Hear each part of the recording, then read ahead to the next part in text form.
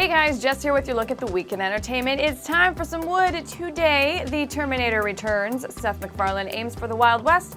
The Justice League movie might have its villain, and Wolverine sharpens his claws again. All that plus this weekend's new releases. He said he'd be back, and now The Terminator is preparing for a major revival. The Wrap reports that after 18 months of negotiations, Annapurna Pictures has acquired the rights to the classic franchise, including the option to make new movies, TV, games, and more. Not surprisingly, the first step will be a return to the big screen. Producers Megan and David Ellison are currently looking for a screenwriter to continue the Skynet saga in what they hope will be a multi-film series. Now, last we heard, Arnold Schwarzenegger was attached to return as the infamous cyborg, but is it too much to hope for a Robert Patrick cameo as well? I don't think it is. Meanwhile, Family Guy creator Seth MacFarlane is riding high on the success of Ted, riding right on into the sunset, that is, with the news that his next film will be a Western comedy. According to The Hollywood Reporter, MacFarlane has co-written a script with his Ted partners called A Million Ways to Die in the West. He'll also direct and star in the film, which will feature contemporary humor with a focus on how dangerous and painful life really was back then. But didn't we already see that on Deadwood?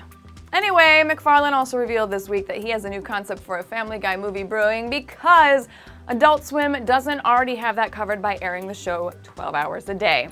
And in the superhero rumor department, Latina Review claims that the Justice League movie has its villain. The alien god known as DARKSEID will reportedly battle Superman, Batman, and the rest in Warner Brothers' attempt to match the success of the Avengers.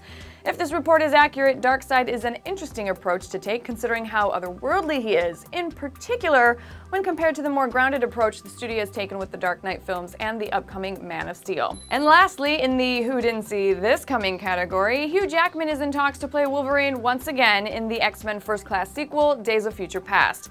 He'll join a growing cast of old and new X-Men in the film, which will combine the original movies with last year's prequel. With the solo film, The Wolverine, hitting this summer, Days of Future Past will mark Jackman's 7th appearance as the Clawed One. He's gotta pay the bills, folks.